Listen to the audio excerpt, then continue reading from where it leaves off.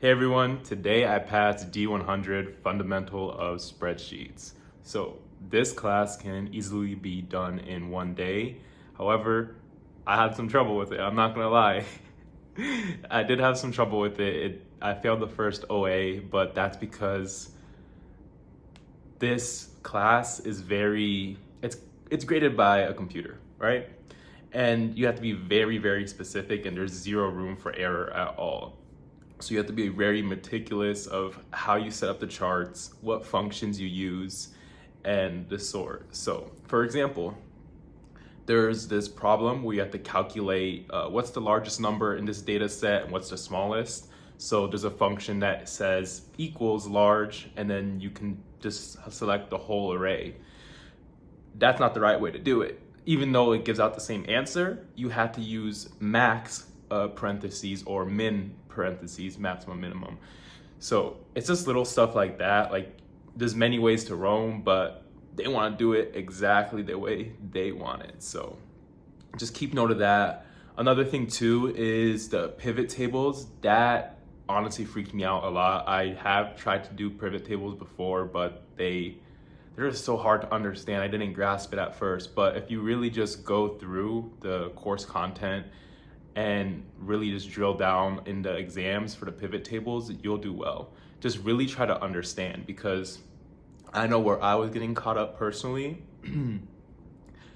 It was, how do they get the appropriate, like they're asking you to use like the appropriate like count, sum, average, percentage. All that stuff didn't really click for me. But if you take a closer look at what the question's saying, don't just like skim over it and look for the numbers. Really read what the question's asking you, and you'll see like in the first portion in the top paragraph, it'll say like average of the state population or something, and then it'll have like more data after, but like you have to go back to that top of the question and look for that average. Or another way, like a little hack for you, is after these questions, the pivot table 1, 2, 3, and 4, there's like, they make you analyze the pivot tables as well. Go through and see what those questions are asking, because they'll say like, oh, what is the percentage of, what is the average of, what is the count of for each of them. So that's like where you can pull through or just double check that you have the right average, count, percentage, whatnot. But make sure just to pay attention to those details. And as for the charts, the charts, I thought I had it down honestly going into this class. I'd done charts before, but they're like everything else in this class, you're required to just do it the way they want it to be done. So with the charts, make sure you learn how to do, make sure that you copy and paste the title. Don't use the quotations, don't put that in there, don't put any spacing or anything or type it out. I honestly like just would recommend just copy and paste it. Just copy and paste it, place it in, and then make sure you know how to put in your horizontal axis, how to make a legend. Also make sure to read if they're asking for data labels or not, because that is a big portion of it too. It's something so small that you can miss points out on for, and just by overlooking it. So just be really detailed when you're reading. Other than that, the first two like spreadsheet or tabs in the spreadsheet, those were pretty easy to work through if you just take your time and read this stuff. Oh, I just remembered the table. On the table worksheet, I was having problems with the total because I was adding an extra row manually and just like calculating it.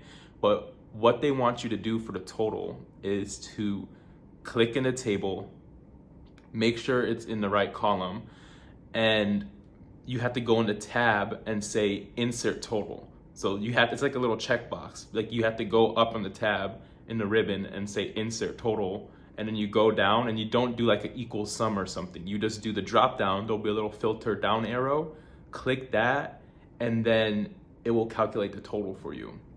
Another thing I remembered on this one is that make sure you read where they ask you to put the column, because they're asking you to put a column in the table. But when you do insert column, it automatically inserts it to the left.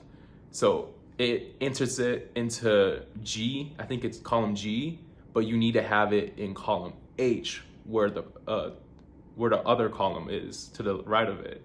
So make sure you read like, oh, where do they want to have the column? And just make sure you don't brush over that detail.